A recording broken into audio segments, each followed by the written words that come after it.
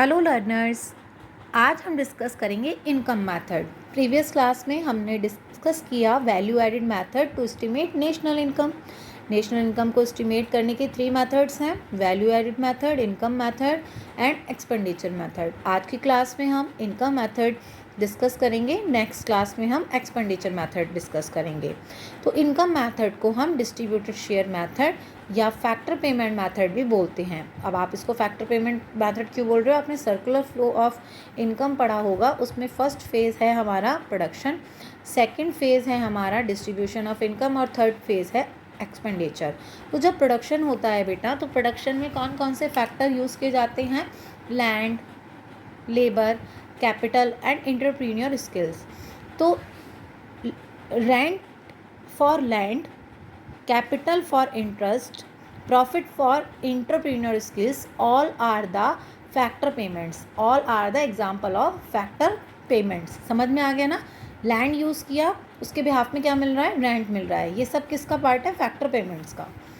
अब आपको बच्चों ध्यान ये रखना है कि मेन है फॉर्मूला, और सीबीएसई की गाइडलाइन के अकॉर्डिंग अगर न्यूमेरिकल 4 मार्क्स का आ रहा है या 6 मार्क्स का, आप इतना ध्यान रखना कि वहाँ स्टेप मार्किंग होती है। और अगर स्टेप मार्किंग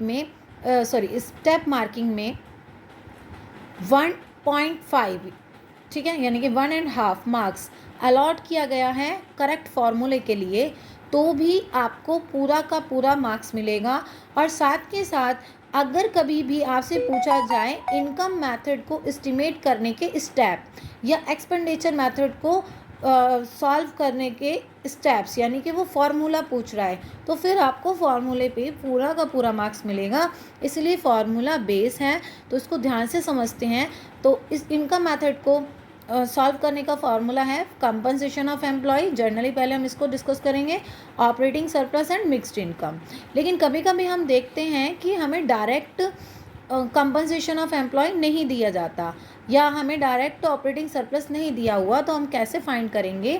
आपको ये याद रखना है कि कंपनसेशन ऑफ एम्प्लॉय में वेजेस एंड सैलरीज आती हैं, पेमेंट्स इन काइंड आती हैं, employers contribution to social security, pension on retirement. ठीक है, पेमेंट्स इन काइंड का मतलब किसी भी तरह का, जैसे आप कहीं सर्विस कर रहे हो, आपको रेंटल फ्री हाउस दिया या टैक्सी दी, ये सब कुछ पेमेंट्स इन काइंड है। ठीक है, अब है आपका ऑपरेटिंग सरप्लस, इसमें rent, royalty and interest and profit आ गया। मिक्स्ड इनकम, इन दोनों को मिला के मिक्स्ड इनकम बनती है, लेकिन इसका इस तरह से डाटा नहीं दिया जाता। Generally compensation of employ direct नहीं दिया जाता है, और हमने उसको कैसे फाइंड कर लेना है? इन 4 पॉइंट को प्लस करके। आपको ये याद रखना है कि अगर direct value compensation of employ की दी गई है, तो आपको डबल काउंटिंग नहीं करनी है, दोबारा से इसको प्लस नहीं करना है। तो ये बेस बना के चलना है कि ये चारों पॉइंट कंपनसेशन ऑफ एम्प्लॉय के पार्ट है और ये ऑपरेटिंग सरप्लस के। तो अब हम क्वेश्चन डिस्कस करते हैं न्यूमेरिकल। यहाँ पे आपको बोल रहा है the following information is available for an economy on the basis of this information using income method calculate domestic income and national income.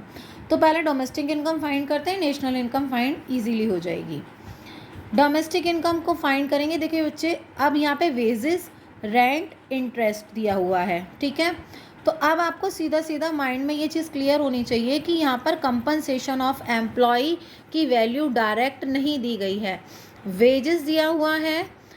ठीक है, वेजेस दिया हुआ है, रेंट दिया हुआ है, इंटरेस्ट दिया हुआ है। ठीक है, तो ये किसका पार्ट हो गया? आपका कंपनसेशन ऑफ एम्प्लॉय का। ठीक है, ये आपको ये भी ध्यान रखना है, केवल ये नहीं देखना कि हमें प्लस करना है या माइनस, ये भी याद रखना है कि किस में आ रहा है। डेविडेंट, प्रॉफिट, अगर आपको क्या हुआ, प्रॉफिट भी जो है हमारा,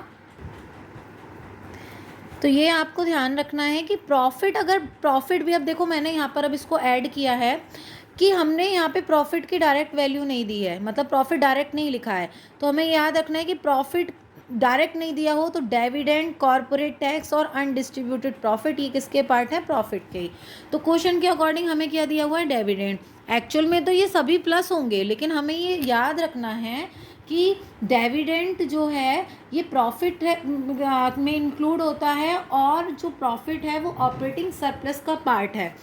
मिक्स्ड इनकम आ गया तो अनडिस्ट्रीब्यूटेड प्रॉफिट और डिविडेंड एक जगह ऐड हो जाएगा। सोशल सिक्योरिटी किसका पार्ट हो गया, कंपनसेशन ऑफ एम्प्लॉय का, ये यहाँ ऐड हो गई। कॉर्पोरेशन टैक्स किसका पार्ट हो गया भाई, कॉर्पोरेशन टैक्स हो गया हमारा प्रॉफिट का। तो ध्यान रखना है dividend, corporation tax and undistributed profit. इस क्वेश्चन को एज अ एग्जांपल मैंने इसीलिए लिया है कि आप सभी बच्चों को ये चीज़ क्लियर हो कि डायरेक्ट वैल्यू कभी कभी नहीं दी जाती। तो हमें ये ध्यान रखना है कि जैसे यहाँ पर सोशल सिक्योरिटी दिया हुआ है, पेंशन और रिटायरमेंट दिया हुआ है, वेजेस सैलरीज दी हुई हैं, तो ये हमें ध्यान प्लस तो हम इजीली कर ही लेंगे, लेकिन हमें साथ में ध्यान रखना है कि ये सीई के में इंक्लूड होता है। ये मिक्स्ड इनकम अपने आप में एक सेपरेट पॉइंट है हमारा, और ये डिविडेंड हमारा, कॉर्पोरेट टैक्स ये हमारा ओएस का पार्ट है। ठीक है, तो जनरली हमने इसको प्लस कर दिया, और हमने प्लस किया तो हमारी आ गई डोमेस्टिक इनकम। और अब आप जानते हैं डोमेस्टिक इनकम से नेशनल इनकम बनाना बहुत मुश्किल नहीं है। Net factor income from abroad plus कर देंगे डोमेस्टिक इनकम में तो नेशनल इनकम बन जाएगी।